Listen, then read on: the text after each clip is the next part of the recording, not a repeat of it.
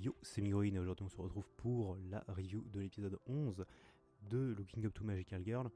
Un épisode qui était plutôt sympa et qui a adapté les chapitres 18 à 20. Donc 18, 19, 20. Un trio de chapitres qui était plutôt sympa. En fait, du coup, donc les trois derniers chapitres de l'arc, du premier arc, du coup, qui est pas nommé, du coup, j'ai pas de nom pour. Ce qui est un peu bizarre parce que, encore une fois, je vais répéter, hein, mais du coup, normalement, il me semble qu'il va y avoir 13 épisodes. Enfin, 12, ça c'est sûr, mais 13 peut-être en tout. Donc, un peu bizarre cette affaire parce que, donc, à la limite, je comprends qu'il fasse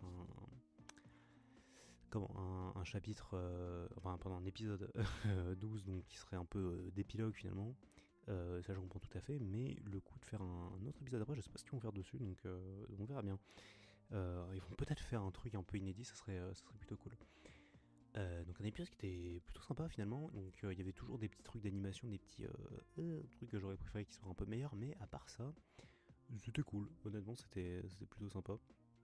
Pas grand chose à dire dessus, et notamment il y a deux scènes dont je vais parler un peu plus longtemps peut-être, qui étaient des super séquences, hein, des séquences super agréables à regarder et qui m'ont surpris pour certaines, enfin pour l'une des deux.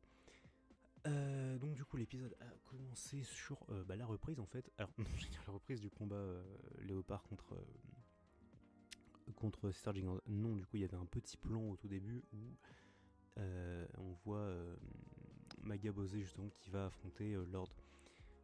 Qui était un plan très joli d'ailleurs au début, et qu'est-ce que je voulais dire là-dessus. Oui, en fait grossièrement, ce qui était un peu dommage, mais en même temps compréhensible, c'est que l'épisode mettait en parallèle plusieurs choses, mais notamment du coup le combat entre Léopard et Gigante contre, et aussi le combat de Bosé contre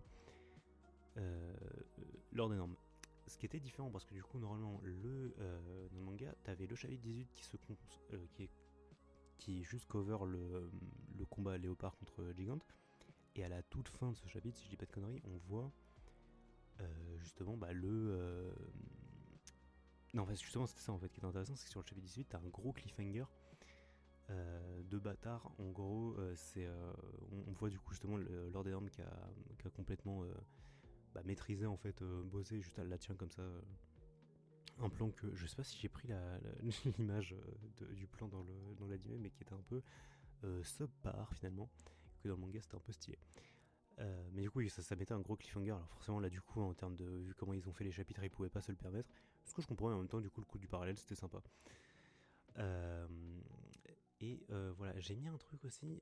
Oui, j'ai noté que le pacing du combat de alors Bosé et Magia, on s'en fout. Pardon, Bosé et Magia, Bosé et Lord, on s'en fichait un peu parce que du coup c'était un peu en side en fait. De mon côté c'était en side. Mais c'était le pacing du combat entre Léopard et Gigant qui était vraiment un peu bizarre parce que du coup il y a cette séquence où au milieu du coup elle parle un peu. Donc c'est le moment où genre il y a Léopard qui on se rend compte qu'elle maîtrise pas totalement sa mana, et donc du coup ça part un peu en vrille.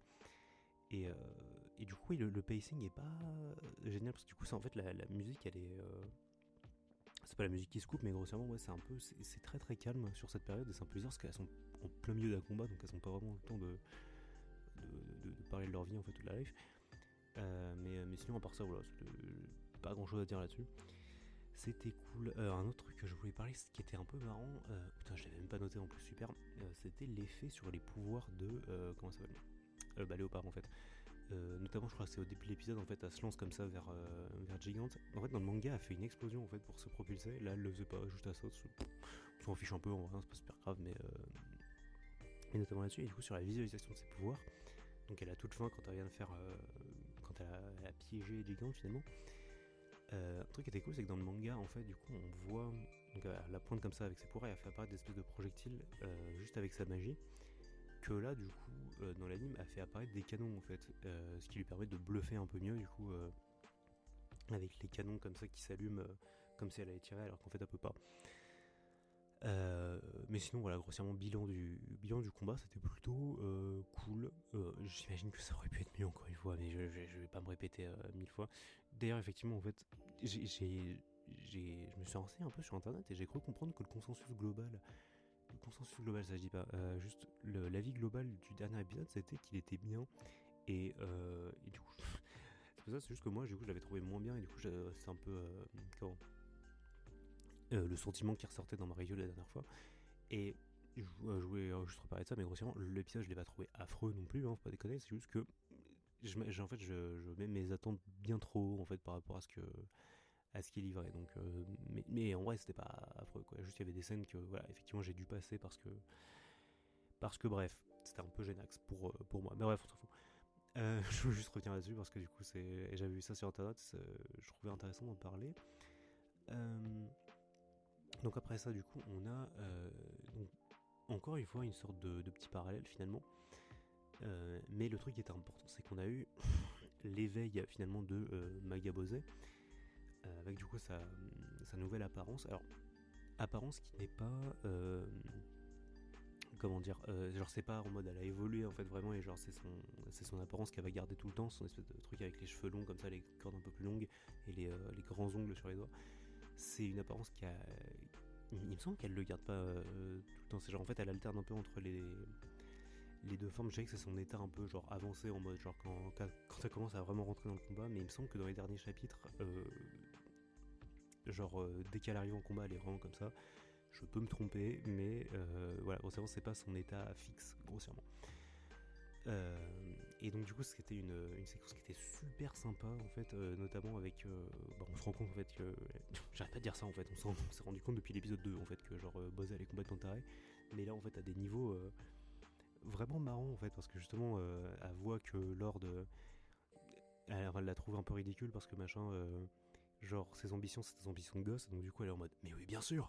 Et donc du coup paf, sa vision de Lord change, et du coup elle la voit comme une enfant. Mais le truc qui était intéressant, c'est qu'en fait un peu plus tard dans l'épisode, t'avais Nalita qui dit elle a changé sa perception euh, de Lord, mais en fait c'est plutôt sa perception de Lord qui a changé. C'est pas comment dire, le la formulation de phrase est différente, enfin, et pas ce qu'elle devrait être. Enfin, bref, peu importe. Ce que je veux dire, c'est que ça ferait plus de sens si c'était dit comme ça. Mais du coup, voilà, grossièrement, c'est genre, il y a cet effet qui est genre trop stylé quand justement il y a toute la mana, enfin, il y a toute sa mana qui augmente justement à Magabose avant qu'elle se transforme. Et c'était une séquence plutôt cool. Et il y avait des trucs qui étaient un peu bizarres, notamment quand elle renvoie les attaques vers Lord. L'animation elle était un peu genre comme ça, mais à part ça, du coup, sinon c'était une séquence plutôt cool. Et un truc que je dois dire aussi, c'est la musique qui se joue pendant la séquence d'éveil en fait justement de Bose. C'était marrant parce que je savais pas trop comment ça allait se passer, parce que j'étais très sceptique sur comment ils allaient faire cette séquence. Et en fait on a je sais pas si c'est le thème de Bose, mais en tout cas c'est une musique qui est super intéressante parce elle est pas épique, elle est pas flippante, elle est genre un peu drôle en fait, limite. C'est le sentiment que j'ai en l'écoutant, c'est qu'elle est un peu marrante, elle est un peu clownesque, et je trouve que ça rentre bien en fait avec le truc. Je m'attendais vraiment pas à ça, mais ça rentre super en fait dans la scène, et je trouve ça plutôt cool. C'est à peu près tout, je crois, sur ce que j'ai à dire. Sinon, oui, le visuel de Bose est super en fait, avec ses ongles qui sont un peu de couleur comme ça et plus longs. C'est très très stylé. Et puis genre là, je peux pas parler de la fin du combat contre Lord, mais c'était très, très humiliant pour elle et très marrant. Et un truc qui est cool aussi sur Lord, que je l'ai pas noté encore une fois, incroyable. Grossièrement, c'est pendant qu'il est en train de se faire battre par Bose, j'ai pas de meilleur mot. En fait, il y a ces étoiles sur son fond qui disparaissent. Au début, en fait, elle en a 4, puis en fait, ça commence un peu à s'estomper comme ça jusqu'à ce qu'il en reste plus qu'une, il me semble. Ou plus du tout, je sais plus. Mais en tout cas, je sais qu'il y a un moment où il en reste plus qu'une seule.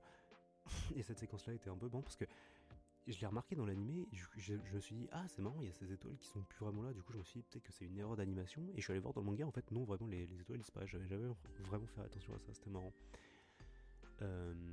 Voilà, du coup, on va essayer. Putain, ça fait 10 minutes que je parle, je vais essayer de conclure rapidement.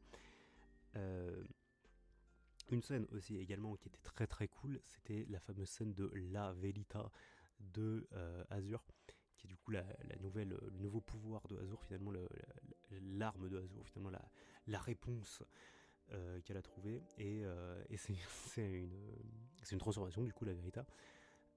Spoiler techniquement, mais en fait du coup c'est une forme que les gens peuvent obtenir en fait. C'est pour ça que du coup toutes les magias peuvent obtenir, en fait toutes les personnes qui ont du mana en fait finalement qui peuvent obtenir.